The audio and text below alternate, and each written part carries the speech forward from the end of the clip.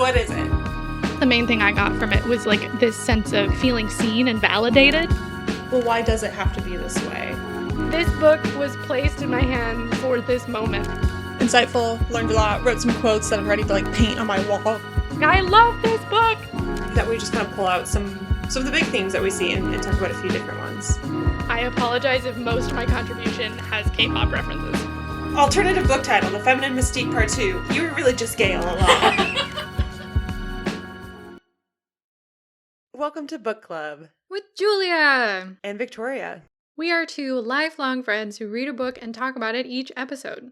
This is a podcast where we explore new perspectives and we use books as tools for personal and community growth. This week, we're reading How I Became a Tree by Sumana Roy, a sort of memoir/cultural analysis that looks at trees within Roy's South Asian and specifically Bengali context, and it chronicles her mission to leave human society and become a tree. A worthy aspiration. Yes, and if you think my sultry voice is really exciting today, I'm a little sick, so I might sound a little nasally, and apologies in advance. Julia will edit out any sort of coughing. Yes. Thankfully, I tested negative for COVID. It's just a normal run-of-the-mill cold. It's a Victoria stress cold. It's a Victoria stress cold. I came off of a very exciting week. It was like a lot of excited stress. I was trying to explain to Varun, like when I say stressed, it's like my body's in stress mode, not necessarily like I'm in anguish. Yeah, so after like a 6-month program and like a culminating week last week, it was like a lot of, okay, everything's done. And my body's like, and now it's time to get sick. So here we are. I'm drinking some tea. Yeah. And I'm starting to feel better. But I'm excited to talk about this book today. If you haven't read How I Became a Tree yet, you're welcome to listen in. I don't know if there really will be spoilers. Like we said, it's a memoir, cultural analysis. But if you care about knowing what's in a book before you read it, this is your official warning. We're going to be talking about all elements of the book.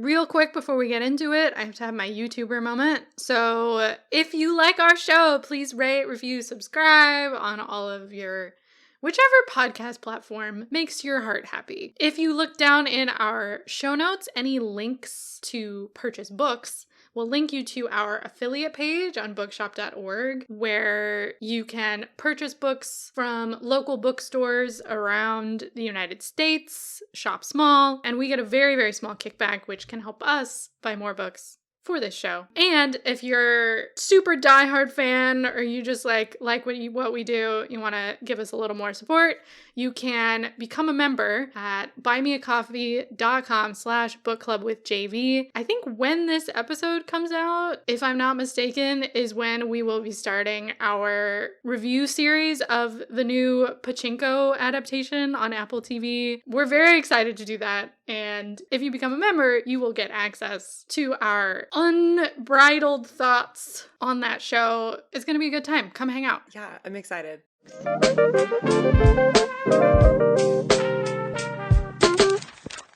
So Julia, you were the one who brought the book of today's episode to us. What was your experience reading How I Became a Tree? I found this book at one of my favorite places in the entire world, Shakespeare and Company, the bookstore in Paris, way back in November. And I saw the title and I was like, oh my God, this book was written for me. I read the very first section about tree time and it was just so deeply relatable and like articulating feelings that I really had since like the pandemic started and I just couldn't fully explain. And I was like, I have to buy this book. And I've honestly been reading it ever since. I've been reading it really, really slowly and literally just finished it like 5 days ago. Just the last little section. It's not really a book that you like, it's a book that follows tree time, you know, in that like you don't really want to inhale it super fast. Each section kind of stands on its own and it's just kind of a slow meandering contemplation that's all really fascinating. There's nothing urgent about it, you know, and so it was like a bedtime book for me. I would like pick it up once a week and like read a section. And I didn't anticipate the cultural analysis. That part was kind of a surprise. And as we're going to talk about later, like there were a ton of references to like cultural things that I didn't know. And so I think that also slowed me down as well. So full of surprises and very interesting and relatable. And yeah, I enjoyed it. Yeah, so I read it in too short of a time frame for myself, honestly. I think I only gave myself like 10 days. even though Julia had warned me, like, hey, this might be one you want to like read slowly over a long period of time. I'm really enjoying it reading at that pace. I'm like, yeah, fine. Um, part of it too is I really wanted to get the paper version, and I saw it literally at a bookstore in LA. And while I was there, I was buying the Mary Oliver poetry collection that we read. I bought the Daniel Sloss book we were reading. And because this was later in the season, I was like, oh, I'll buy it later. Turns out this book is not in many bookstores. No. And so I literally have not found it. And I finally had to just be like, you know what? I'm going to buy the ebook version. Again, like Julie mentioned, there's a lot of cultural references I didn't know. So being able to use my e-reader and like click on names and words and like look it up on Wikipedia without having to like get lost on my phone, which is usually what happens when I stop reading to look something up. It's like 20 minutes later, I'm on Instagram being like, wait, I was just here to look up that one thing. So for me, it worked out to read it on e-reader fairly well. I think, like Julia, I didn't have much context for the cultural references that Roy uses a lot. And so that meant I had to slow down and focus in more, stop to look things up, reset my expectations of how quickly I could read this. I was on 2 flights last week and I was like, sure, I can crank this book out while I'm flying. Like I love 3-hour flights where nonstop I just read for the entire time. And that's what I thought I would be doing with this book. But I really had to like set it down, come back to it, sit and think about certain sections for a while. So ultimately I was really intrigued by the book. And I thought it was a really fascinating way to balance academic work with incredibly personal stories. Like I can't imagine an academic, besides Roy, because she did it, but an academic writing such personal things, like even an entire chapter on like sexuality and trees and writing a statement of like, and I have never been sexually attracted to a tree.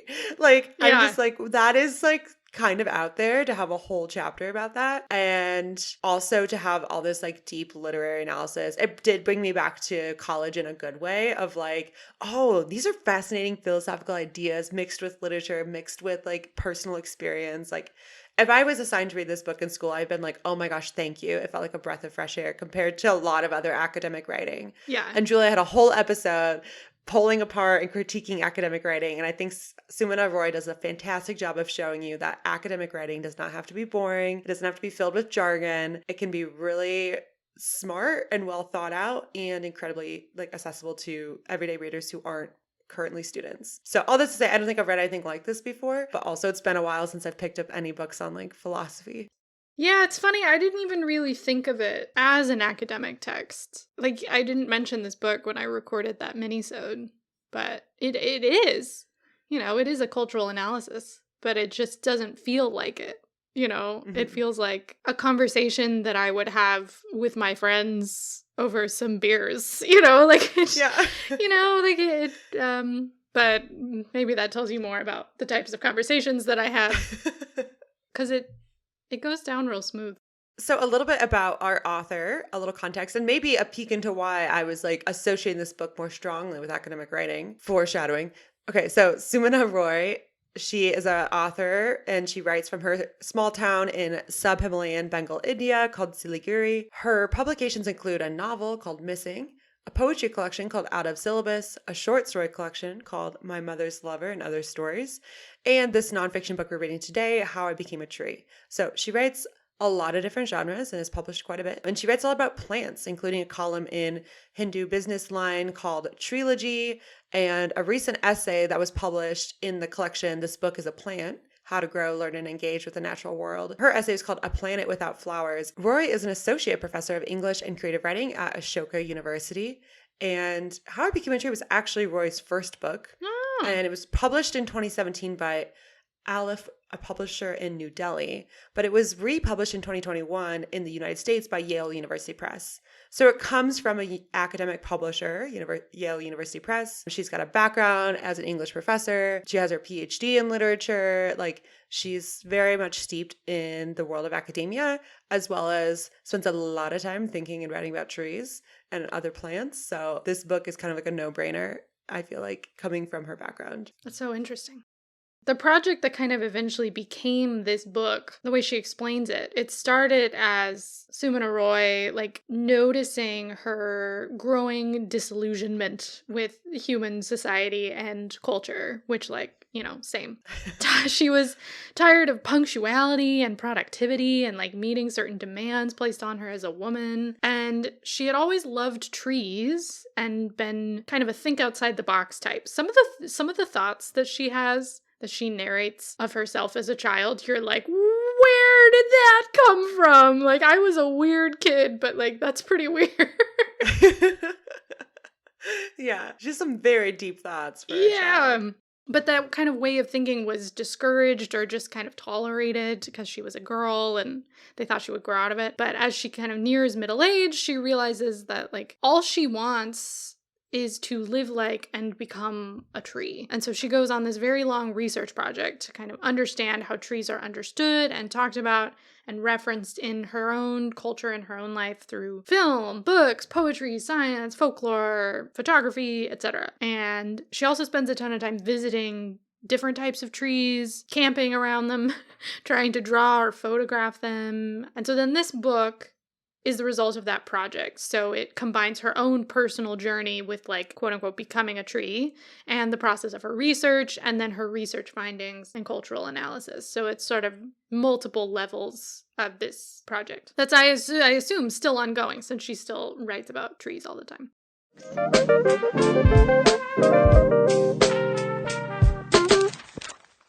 So in our discussion today, we wanted to talk about a couple things. The first being what Julie and I noted in our experience reading is that this book is kind of outside of mine and Julia's cultural context.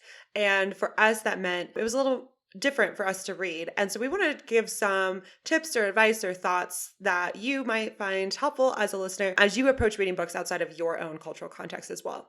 And then we will definitely get into our thoughts on the tree topics in this book. This book is super dense in many ways that, like Julia mentioned, Sumana Roy talks about so many different ways of approaching trees and like the philosophy of trees and the art of trees. We can't get into all of it here, but we're going to pull out some of the topics that really resonated with us. And yeah, if there's something that we don't talk about in this episode that you thought was super cool about the book, we would love to hear it. Mm-hmm. You can email us, jvbookclub@gmail.com, or DM us on Instagram.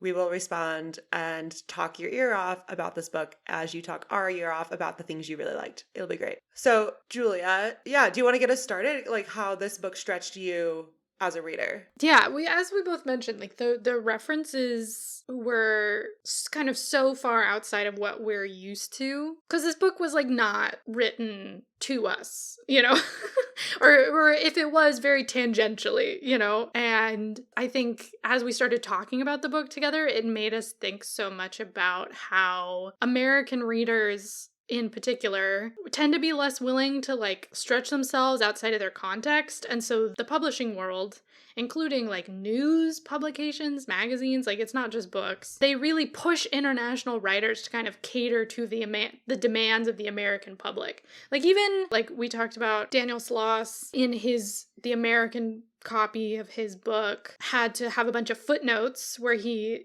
comedically explained British slang that like a lot of Americans probably know. We've watched Peaky Blinders or Downton Abbey or whatever, we know. And even like Hannah Gadsby has a whole bit at the beginning of her stand-up special Douglas where she was told to Americanize her language and she critiques, like she's like, I like this one and I don't like this one, so I'm not going to use this one, but you can figure out that the word biscuit means cookie, you sons of bitches, Even in the news, like we just kind of expect, like if we're talking about politics online or something, we expect like everyone to know about our own political system. Like that's weird, And so I think when you grow up with that kind of, the only phrase I could describe it is like relevancy privilege, is that it can actually, even if you're actively trying to combat it, it can still be very jarring to read something that doesn't have any of the cultural reference points that you're used to. Because, like, we both read a lot of books and consume a lot of content that was not made in America. And yet, like, this was kind of a new level, I think. And it was still an adjustment, since it was all about Roy's own context and not ours. And there were so many like names and historical events and locations and folktales that like we just had no conception of, which makes sense. If you think about how if you're going to study English in the United States, even for like your general education class or something, you're expected to know all of these references to Shakespeare and Greek mythology and the Bible, and like you're just expected to know it. And when someone throws in a reference like that in a poem, in a book, people don't always bother to explain it to you. And so if you're maybe an international student or someone whose parents were from a different culture and you're like a first generation American, whatever it may be, like that might be kind of jarring. You have to do all this extra research to like catch up. But we rarely had to do that growing up. And so it's very good practice to read books where they're not written to you. They're written using someone else's life worlds, you know, someone else's folklore, someone else's history, someone else's famous people. There's like some really famous people name dropped in here that we just didn't even know. And we were like laughing at ourselves that we didn't know these people. I think I could, I knew enough. I knew enough about some of the Hindu mythology. I knew enough about certain things that I could follow along well enough. But we both really had to slow down. I think that was a huge part of why we read this book more slowly, is because we had to like take time to process it and kind of use strategies to figure out from context what was going on. So we thought Victoria made a list that we'd share as kind of some guidelines, some helpful tips for like how to push yourself to read a book that's not written to you, that's written from outside your culture. So if you're, reading outside of your cultural reference points, so maybe it's like this book that Julie and I are reading where it's written in English and has a lot of references to the world of like literary analysis that Julie and I can like keep up with. But like, okay, we don't know all the mythologies and folklores and stuff like that. Or maybe you're reading a book in translation. I feel like this comes up a lot with books in translation because that was definitely not originally written to you in the language you're reading it. And so understanding kind of the nuance of what's happening and kind of, some strategies to help set yourself up for success to enjoy the book and get what you can out of the book. So we'll just dive right in because I love a good list. Yeah, we do. Like we already said, first, kind of check yourself. Like you may not be the intended audience. I felt this feeling I'm not very proud of come up when I first started getting into maybe like the second or third chapter of How I Became a Tree of like, oh my gosh, why can't she just explain things better? And I was like, whoa, check yourself. Like Sumana Roy is writing to people in her culture that understand these Bengali references. You don't know them yet, but you can learn. So like check yourself. Like I wasn't the intended audience. She was not writing to, the 26-year-old white girl living in America who hasn't spent any time in India. And then also adjust your expectations of yourself. So this is the part I had to give myself grace on of like, okay, I'm not going to be able to read this book in an afternoon or in a couple flights. Like I'm going to slow down and recognizing that I can return and revisit and review this book again. It reminded me of when I first started reading Shakespeare in high school, and it took me so long to get through everything because I was reading every single footnote. I had one of those like Folger printing of the Shakespeare plays, which they do a lot of annotation. So like on the left side is the text of the play and on the right side is all these footnotes and references and things to know. And like, oh, this book is referencing this other line at this other book and blah, blah, blah. So it was really fun when I realized, oh, I can dive in and explore this and I don't need to read this play very quickly. And there was also a moment when I was reading Shakespeare that I was like, you know what? I just need to keep reading. I need to stop getting stuck on all the footnotes and trust that I'm going to figure some stuff out along the way. And I can always reread this play, especially with Shakespeare. A lot of the classes that taught Shakespeare in my high school and undergraduate coursework were you would read it on your own and then you would come to class and either watch a stage version or a film or enact it in class so you would get to hear it again. And so that returning and revisiting and reviewing the material made it much more accessible. So in the same way, like if you need to just read it and then come back later, like that's totally cool. You don't need to get like 100% of a book the first time you read it. That's like a very huge expectation to put on yourself. Yeah. As we were talking about this, I realized that I already kind of have a tool belt, a kind of strategy for how to consume content that like where I don't fully understand what's going on. I think part of it's like just tied to me being autistic because everyone's making references to things like emotionally and that I have not picked up on. And so you just kind of nod along until you hear something that you understand. And it made me very good at reading Shakespeare, to your point. And it's then I think led me to really enjoy consuming content that's not in English. I watch a lot of shows that are not in English, most of them now. And I think you can treat, even though this book is in English and was originally written in English, you can treat learning new cultural references like learning a new language, where really the best way to learn it is to fully immerse yourself in it, right? So for a lot of people, when they're reading something, especially kind of American readers who are very spoiled, when they come up across something that they don't understand, that's kind of outside their reference, that's too hard, they just stop. Or they do what you do and they just spend all their time Googling stuff, and it's really disruptive, right? So really, like, the best thing you can do is just spend time listening to or consuming or being around the language, whether it's a literal language or like a cultural language. Like when I'm watching a TV show in a different language, over time, you start picking up on the contextual meanings of certain sounds, right? And so you stop needing to read the subtitles all the time because you can tell based on what you're hearing and what you're seeing, and you can kind of put it together, but it takes time. Yeah, if you're reading through a book and you're like, man, there's so many references in here that I just like have no idea what they're talking about, keep going. Because you're probably, if you spend enough time with something, you will start noticing patterns.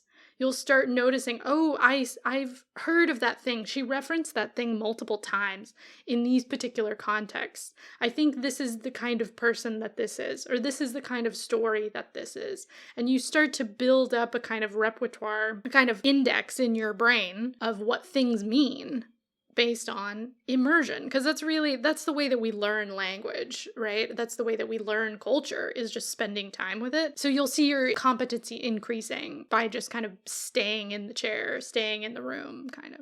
One of the things I practiced while reading this book, as well as in other books, it's come up time and again for me, of like trusting the author. So finish the sentence, finish the paragraph, finish the chapter even, and then go back and realize if you didn't understand something. A couple times Roy does this where she introduces someone in a reference, and then if you keep reading in the next paragraph, she goes in depth about who that person is, or what that folklore was about, or what that story was. Or maybe you'll continue the chapter and realize I didn't need to know that one reference because there's other references that she explains more that seem to be more relevant to her argument in that chapter.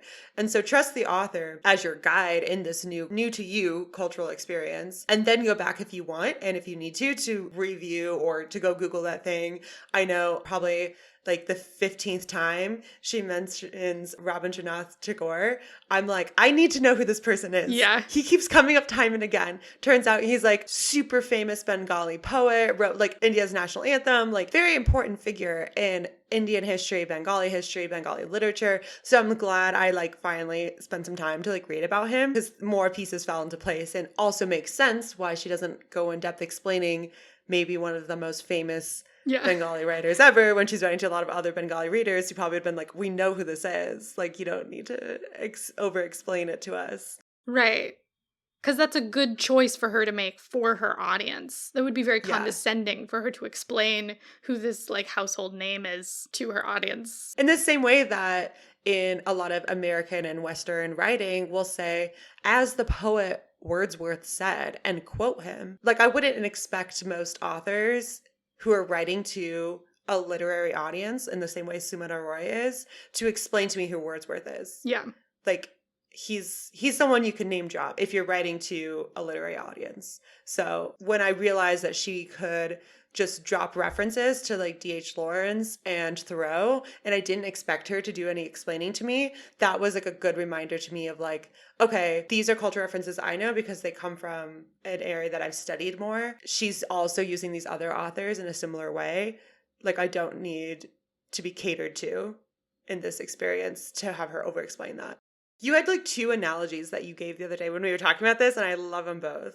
Okay, so the first one, the way that I kind of conceptualize like when you come across something that you don't understand, you need to keep going because the answers are going to be in the future, right? The author's going to give them to you, but you don't have them yet. So it's sort of like opening a tab on your computer. You know, you like open it and you're like, I'm not going to find the answer to that right away, but I flagged it as like something I need to be on the lookout for. And now you're paying attention to it. And eventually the author will explain that thing, or you'll get enough context to understand what it meant roughly. And then you can close that tab, So every time there's something new that you don't understand, you just open a tab, and then over time you start closing them as you learn things. I do this, there's a literal visual of like files in my brain. I do this, sometimes it takes like 10 years. And then eventually, like, I'll have this like, oh, that's what that was. And then I can feel a tab going click and closing because like it was this unanswered question I refused to ask anyone about for like half my life. So I could maybe ask more questions. But yeah, so that's kind of how I conceptualize it. And then I think my recommendation as well is similar to what I have never learned to ride a motorcycle. Friends who have, one of the first things you're taught is like, if you're feeling wobbly, you actually need to speed up, not slow down, and that'll help stabilize you and it'll help you keep from falling. And I think that's my sort of overall advice. It's like, if you're feeling wobbly in a piece of text or a film or really anything where you're kind of lost, speed up. Don't slow down, because you'll find your footing if you keep going. I think you'll get to the end and be surprised by how much you understood. And then 2 last suggestions and thoughts. So one is to identify resources for additional reading. The references in the back of the book are a great place to start. I know in this book in particular, Sumana Roy gives tons of like footnotes on like, I was quoting this exact text, and also a whole thing of references of, I generally referenced this book when writing it. So when you're working through, especially a book where they've given you those resources, or if you're watching a film, maybe go see what other people are reading and writing and talking about in relation to that film to like better understand that cultural context. Or just in general, like maybe after reading this, like go look up like Bengali authors and just read more of them. And like, as you, like Julia said earlier, the more you expose yourself to something that's outside of your cultural reference point, the more you can build your cultural competency, which is a fancy word to mean you like understand what's going on. And lastly, what we're doing here on this podcast, and I think is super helpful for me, is talking with others who are reading it too. So something I miss the most about college is like going into a classroom and being like, okay, I did not understand this essay we read last night, but hearing everyone else talk about it and their take on it was like, oh, that's what that means. Like Julia understood the part that I didn't get, but the part I really got, like Sarah didn't completely understand. And my professor's helping us all get context for this piece. Like I missed that. And that's what kind of Julia and I made this podcast to do, is to keep talking about it and to like build our own excitement and energy and understanding of the books we're reading by discussing it. And even better, if you can read the book with someone who's closer or more familiar with that culture that you're reading, can be super helpful, especially for a lot of like cultural touchstones that you may not understand, that someone who's like even just like generally more familiar than you are could be like, oh yeah, this is like the equivalent of like what we understand as this, or like this person is super popular and famous, like you should probably go read about them, or like, yeah, I didn't really understand that reference either, I haven't really heard it before, it might be a little more niche, let's go look it up together. So in summary, to summarize all of these suggestions, right, the solution is always to dive deeper and not to pull back, because there's a lot of good stuff in there if you just keep going. And that's what our show hopefully is all about, is exploring new perspectives and using books as a way to continue to grow personally and in community with others. So that's the goal. That's the goal.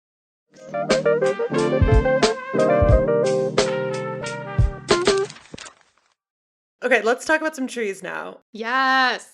One of the parts of how I became a tree that Julie and I most connected with were Sumana Roy's personal stories, which makes sense. They're personal, like you don't need a lot of context to understand someone explaining their emotion and their childhood and like how it impacts their adulthood, and a lot of fascinating thoughts there. So I wanted to start, Julia, asking you, like, what were your cultural representations and understanding trees in your culture growing up? Something that you pointed out that I think is very cute, a very important moment in our friendship was we became friends under a tree. I know. We spent high school, we had our tree. Our friend group had a tree, and that was our meeting place. It was one of the only shade trees on all of campus, and that was where we would eat lunch because it had shade and grass.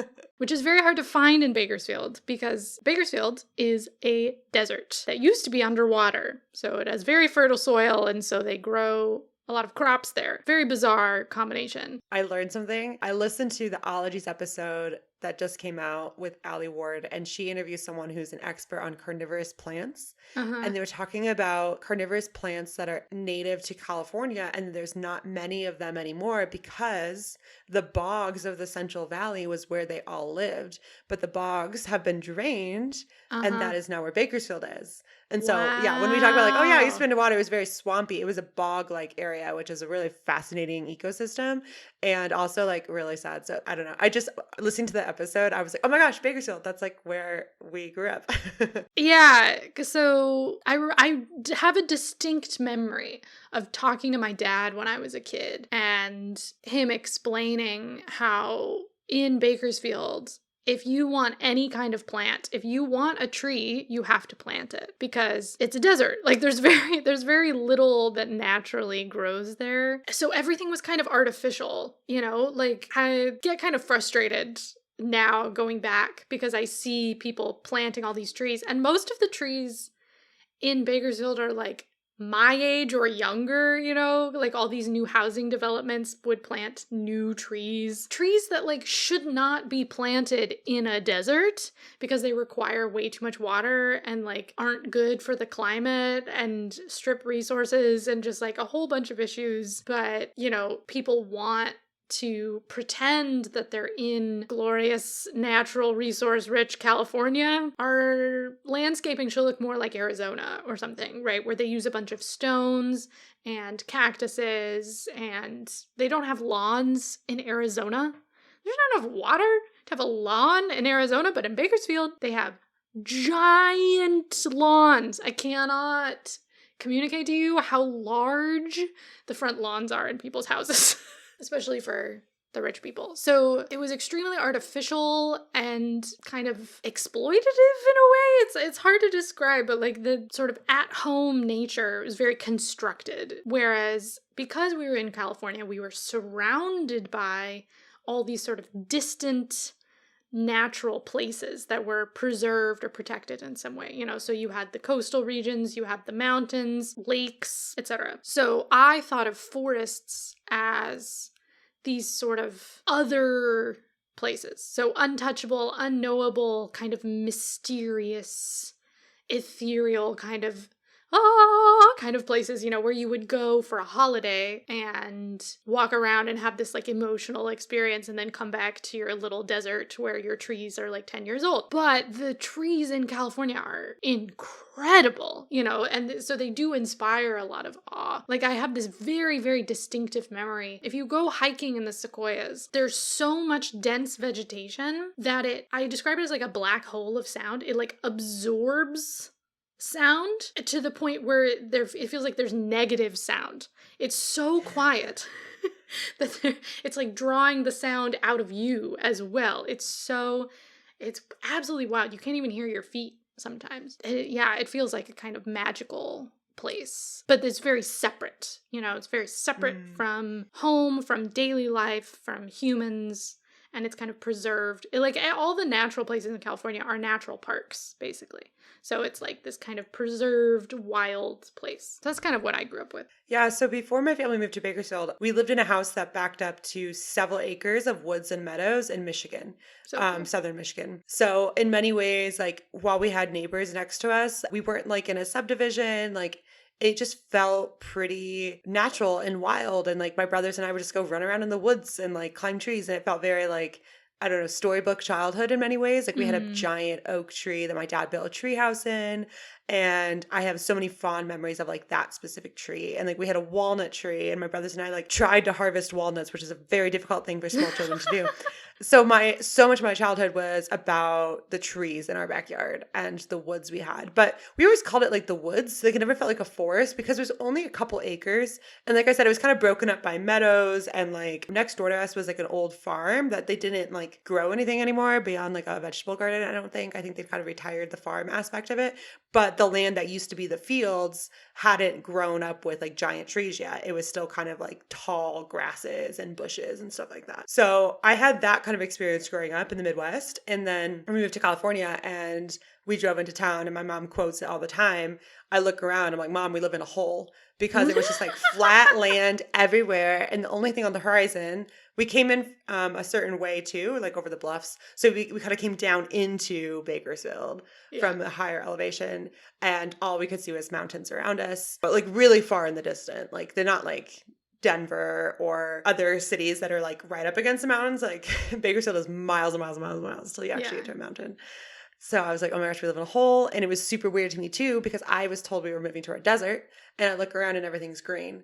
And I was really confused. And that's when I learned about like, oh, everything's irrigated here and every tree you see is planted, and learned that palm trees aren't native to California. So every palm tree you see in California was specifically planted in that spot, which leads to a very different look than trees that grow wild, because trees that grow wild will grow wherever their seed falls and it like germinates and becomes a tree, versus, oh, let's plant this palm tree and let's strategically plant this one like 10 feet away so that, it looks nice and their like roots don't get tangled and stuff like that. And they can just be two separate trees. So it was really different. But the forests, like you said, of California are like no joke. Like the sequoias blew my mind because they're so big and they're so old. And the woods of my childhood, which were like fun and we could like run around and we couldn't really go too far without getting lost. Like we weren't going to get lost. We just run into the neighbor's property, like even if it seemed kind of untamed, it was still very like divided up as like, that's the neighbor's land. This is our land. That's the highway. Don't go past the fence, like whatever. The forests of California just seem to stretch on for miles and miles and miles and miles and like feel unreal in many ways. And they're all being burnt. Because we did not take care of our natural water resources well. That's a different issue.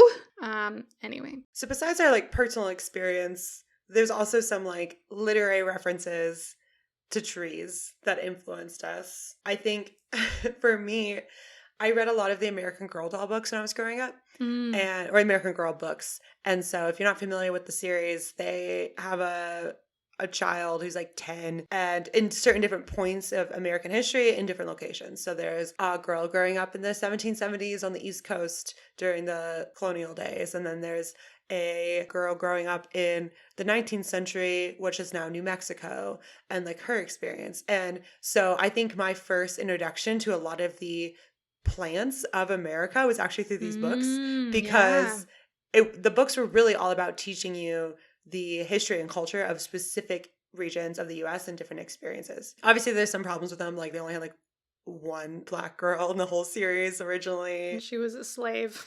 Yeah, and like her journey to freedom. Yeah, so and they kind of like cherry picked, like this is when I fell in love with the Great Depression, because like that child character I really related to and was very helpful, but also like that's a really sad time in history to be like, I really like the 1930s.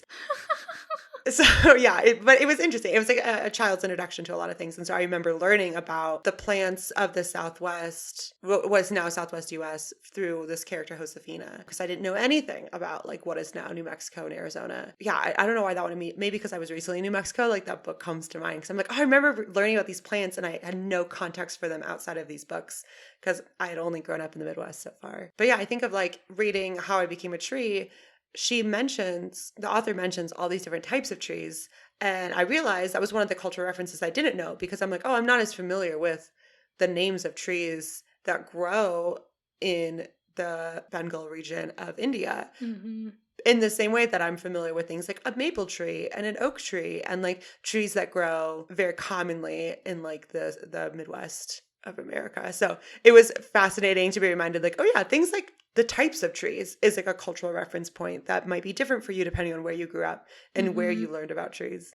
Yeah, it's a good reminder of like how we build very strong emotional attachments like to the natural world around us, and our conception of what a tree is, what a tree looks like, what it feels like, what it means, these emotional attachments come from the trees that are around us, and like everyone has different trees, and that's an interesting way to think about it. I think for me, in terms of like literature that like really influenced my own understanding of trees and nature in general is Tolkien. He was extremely influenced.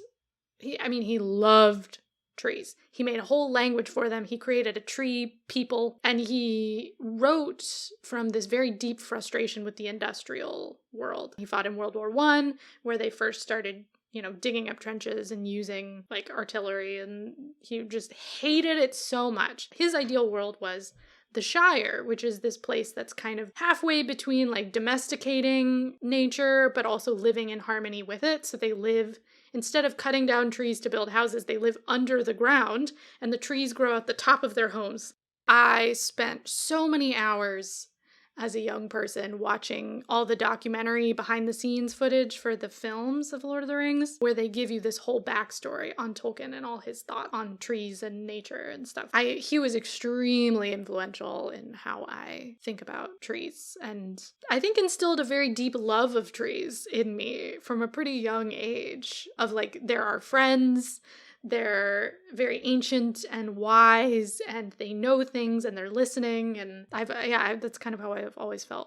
As adults, Julie and I have also embarked on caring for a lot of houseplants, which Sumana Roy talks a lot about the plants that she grows and like her concerns about who will take care of her plants when she dies.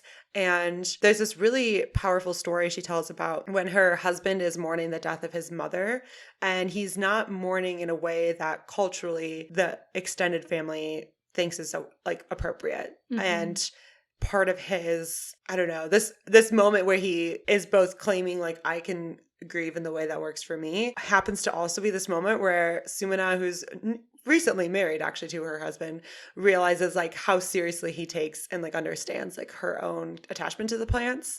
And he references like, my wife mourns the loss of her plants, but she doesn't do those things. And in a way she's like, yeah, like maybe it's different, but it feels very much the same, like mourning the loss of a plant that you've cared for and mourning the loss for a parent or a person you've cared for. So that's like the place that Sumana Roy is coming from. And if you are listening to this and you don't have that connection to plants and you're like, what the heck, still give the book a try. Yeah. I had moments in the book where I'm like, I don't know if I feel that strongly about plants, but I find it fascinating. I'm going to keep reading. Tell me more. But yeah, so caring for houseplants, like where does that come from for you, Julia? Dude, yeah. I mean, you really inspired me, because I've always had a hard time. I feel like I'm trapping them by putting them in a pot and keeping them in my home. It feels like a little selfish. I feel like plants should be free and I should just go visit them when I want to. That was always kind of how I viewed nature, And also my mom is very bad at keeping plants alive. So I was like, if you bring it in the house, it'll die, But you were like so determined to have houseplants. I was very inspired. And you named them and you like included me in the care for them, that I started sort of identifying with them as my own children. And I started getting my own plants. And so I think by the end of the pandemic, we had so many plants in our home. We had a house full, and they're all alive and well. They are with loved ones. Natasha's looking after a lot of them. But it was like a really long process moving away from Chicago, deciding who's going to get my plants. It was like a really serious thing of like, emotionally, who do I trust this very important being's life with? Like, who's gonna keep my child alive? And I ask after them by name. And now in Belgium, I have like a small forest on my desk, and I love just like petting their leaves, and I love like talking to them and asking them how they're doing, and like checking their soil, and like they're my friends. And I don't think I could live without them. It like totally changes the atmosphere inside a home to have plants in it that are like part of the family. It's, I don't know. How about you? I think growing up, plants in the house were more like a decor. My mom kind of identified a few different plants that like she felt confident she could keep alive, and like, oh, that'll fill that corner nicely. And my parents got into gardening more when we lived in California, and they also weren't raising small children anymore. They probably had a little more time for things like gardening. Yeah. But for me, it didn't really become anything I was interested in until we lived Julie and I in Chicago, we lived down the road from this place called Adam and Sons, which is a wonderful little nursery. And I thought the aesthetic was really cute. And I went through a breakup and I was like, I just need new things in my room. Like I redecorated my space and I was like, okay, I'm gonna get some plants. And this is like my new project. I definitely was the kind of person during that breakup that was just like, fill my life with all the things, like go out and do a bunch of stuff. And so I bought these little plants and they were so cute and little, and I named them mainly because at Adam and Sons, they didn't always have the scientific or like colloquial names of the plants Uh-huh. with the pots. You just like, oh, this one's pretty. Or maybe it'd be labeled like moderate sunlight or something like that, where you just like care instructions. It wasn't like actually what kind of plant it was. So it was partially out of necessity. It's like, I need to be able to refer to my plants by something, but I don't know their scientific names. So I came up with like human names for them or pet names. And yeah, I think taking care of plants, especially during the pandemic when we were home a lot, was a really interesting experience of realizing how much my care mattered and also how much it did not matter. Because there were times where Mm. like, you know what, I think this plant might like that window better because it has a different facing sunlight. And to realize like the plant was telling me like I need more sunlight. And so I'd move it and it would be so much like it would just look better and like start thriving more and growing more branches. And I was like, oh, I'm so glad like I was able to do that for you and move this plant to the right spot. But other times when I was like, oh shoot, I forgot about that plant. I haven't watered it in so long. I look over it and it's like thriving. It's like I didn't need you to grow. And like you said, with like, you kind of feel like you're constricting plants, like about once a year, I would do a big like plant migration. Like everyone would get to like get into a bigger apartment, a bigger pot. Everyone got a new pot. I'd have to go buy or solicit from friends more pots. And then I'd have a bunch of little pots left over. So of course, I meant I had to go buy more like seedlings. One thing I really liked about Sumana Roy's book is her constant dialogue of, am I anthropomorphizing these plants in ways that isn't helpful or like not Mm. necessary? And like, yeah, there's a lot of great metaphors that we can use for plants, but like she's trying to get deeper than that. Like the plants aren't just like a symbol for us, but like they're their own beings, and like what is my relationship to them and how I become a plant. As their own entity. Yeah. I feel like it's not just us either. I don't know if you've noticed this, but I feel like there's a lot of, I don't know if it's like the millennial generation or just people in their 20s right now who have just, especially during the pandemic, like accumulated tons and tons of plants, and it's becoming like a thing. And I even saw a meme where it said pets are the new kids and plants are the new pets. You know, where Uh-huh. it's like no one's Yeah. having kids. People aren't really having kids. They treat their pets like they're kids. And so now plants we treat like we used to treat pets. And I related to that very hard because I was like, I think there is a kind of shift happening and I'm not sure where it comes from. But the like, I think that was kind of a lingering question in my head. And so when I picked up this book and Sumana Roy started talking about tree time and her frustration with Mm. sort of human cultural expectations and timetables and production, and she was so frustrated with it she wanted to live on plant time, and it resonated so hard with me, and I think it kind of helped answer that question, that lingering question of like, why are we all so obsessed with plants now, especially during the pandemic? I think the pandemic really revealed a lot to me on like how crucial my relationship to nature is, because I think that's what kept me sane, you know? Part of what got me through quarantine was like walking to the park in our neighborhood, and I would literally put sad music in my ears and sprawl in the grass and just lie there staring at a tree for like an hour. And that was like how I handled the overwhelming stress of life. Like it was, I needed to touch grass. Like I know that that's kind of a phrase, like, oh, you need to go touch grass and get yourself back to reality. It's true. You need to go touch some grass sometimes. Part of why I was so desperate to move to Belgium too is like, I was all of a sudden so grossed out by cities. I was like, why did we pave the earth? Why did we put pavement over this ground? Now it can't breathe anymore, and we're polluting the air, and we tore down all the trees to build these gross buildings, and like, what are we doing? And I got so angry about it. I would go on these walks and be so angry. And it was like being around nature was like the only thing that felt good in when the world was kind of falling apart.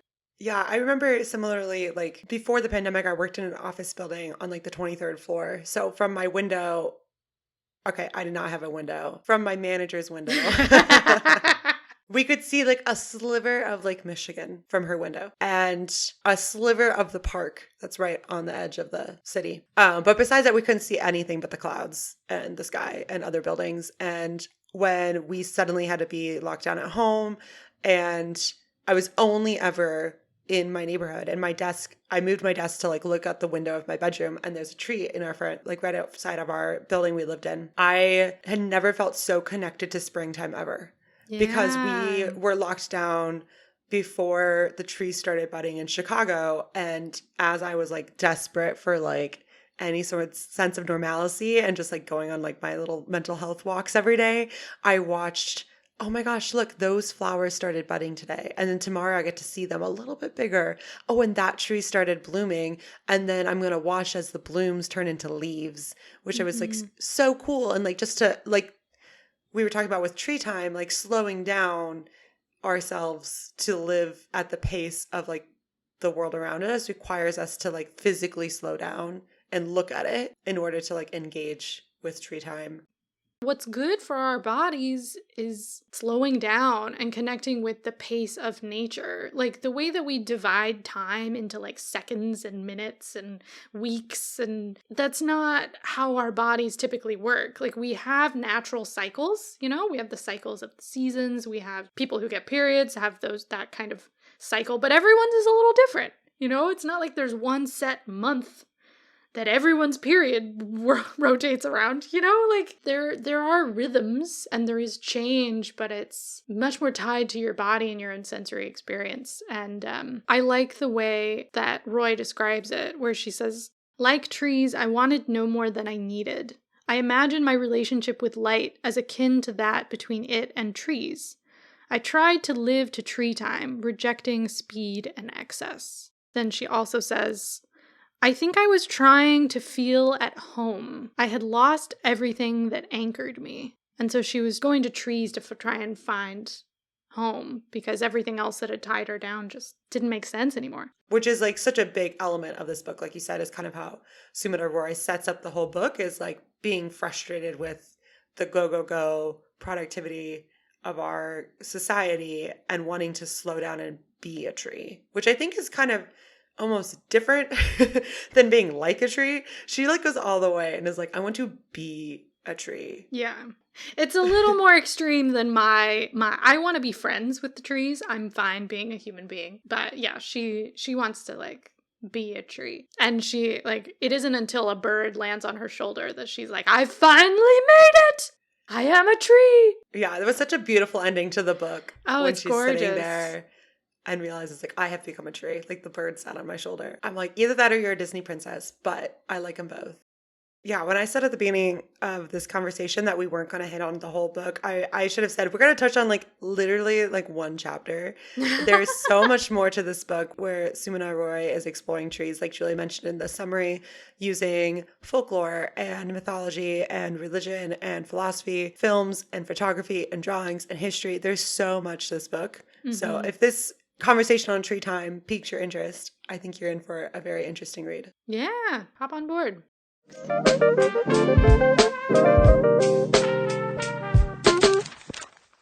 So for people who enjoyed reading this book, what would you recommend they check out next? Yeah, the experience of reading this book felt very similar to The Soul of an Octopus by Cy Montgomery, which we did an episode on. I also read that one very slowly and kind of soaked it in. She also read it during the pandemic time that she was going to lay in the grass to feel okay. So it's very topical. Very topical. Yeah. An anthropology text that I may have mentioned before that I think has a very similar ethos to this book of like trying to be on an equal playing field with nature, treating nature with respect, trying to understand how we work with nature. The Mushroom at the End of the World by Anna Singh. It's an anthropology of Matsutake mushrooms. And you learn a lot about Japanese forest gardens and like local cultivated forests. They have a very different relationship with forests than we do in the Western US. And also, because you're learning about mushrooms, you're learning about the relationship between mushrooms and trees and how mushrooms like help trees talk to each other. And so they actually do build relationships and they help support each other. And like There's some amazing stuff that happens underneath the surface in a forest. I would highly recommend looking into that. There's a podcast about trees that's called Completely Arbitrary, which is a great joke. I found them because they're friends with the Ologies podcast. And then, as I mentioned before, read some Tolkien. Read Lord of the Rings, read The Hobbit, Silmarillion, anything. That dude loves trees. You mentioned the Ologies podcast. So Ologies with Allie Ward. Great show. There's a couple episodes we'll link in the show notes. So one is a very recent one that she put out about carnivorous plants that I mentioned earlier. There's also an episode on indigenous fire ecology. Super fascinating. Learning about the relationship between forests and fires and forest fires in indigenous cultures. And after reading this book, I'm really intrigued to read some of the poetry by Rabindranath Tagore, a Bengali poet that Sumana Roy is analyzing and quoting all over the place in her book. And another Bengali author that we've talked about on this podcast is Jhumpa Lahiri. We read her collection, Interpretive Maladies, and that collection is a mix of stories from the perspective of characters who have immigrated to the U.S. or have returned to the Bengali region from their life abroad. So it's an interesting observation of like Bengali culture and immigrant culture in the US. But Jhumpa Lahiri has written a lot of other works as well, including she now writes books in Italian because she's just like really great and writes a lot. So super fascinating author to explore as well. Mm-hmm. Okay, currently obsessed. My Brilliant Friend season 3 is amazing so far. Breathtaking. I'm worried that the book, as I go along, will not live up to it, but couple music things. Rosalia's new album, Moto Mami, is fire. It's so good. I'm obsessed with it right now. And also, I'm like a month late, but Stromae's got a new album after so many years. It's been a while. It's called Multitude. Then it's got some bangers. If you're looking for like, what's some music out of Belgium? He's the best. He's really the only one I would recommend, honestly. So while I've been ill, I have been watching all of Lizzo's Watch Out for the Big Girls on Amazon Prime, which is the best. I can't stop talking about it. It's so good. Okay, Lizzo's already amazing. I'm a huge Lizzo fan. So We're starting there. Lizzo set out to create a reality show like no other. It's all about her trying to find like legit dancers to be her backup dancers on her tour. So like the dancing is, I'm sure, Julia, you would love it because it's like actual legit phenomenal dancing. And Lizzo's like, I love you all, but I also have to put together a show. And like, this is like the conversations they're having. They don't get too technical. So if you don't know about dance, like there's still a lot to the show to like about it. But they get into like a lot of very specific things about dancing and dancing as a career. And it's just so wholesome. Like I feel like so much reality show is like competition and pitting people against each other and drama. And Lizzo's approach to the show with her production staff was, okay, they already have done most of the auditions. So episode 1, they do like a final audition to be on the show. So 10 girls make it. And those 10 girls, if they're all great and get through the month of training, will have a spot on the tour. So it's not about like there's only 3 spots and you have to battle each other out. It's like everyone's here to be their best selves. And they do wonderful work about body positivity and body acceptance and the work that all these dancers have put in to be phenomenal dancers. It's just so great. Like I don't know. I want to go like take a hip hop dance class and like go listen to all of Lizzo's music. My other recommendation, you said, oh, this album's been like a month out. Here's an album that's like 4 years old, but I just found it recently.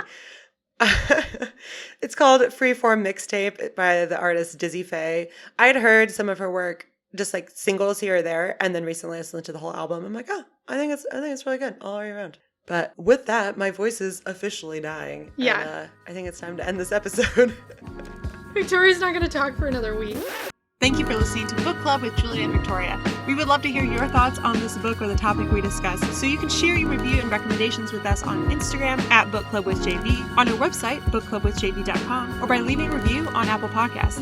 You can also visit our website for show notes with links to all of the recommendations and the things bringing us joy. If you don't already, go ahead and follow us on whichever podcast platform you are listening on so that you can be notified when our next episode is released. This episode was co-hosted and produced by myself, Victoria Bruick, along with Julia Clausen. Rebecca Gasme provides us with project management support. Our music is composed by Greg Bruick, and our logo was designed by Gabby Fabland. Until next time, happy reading.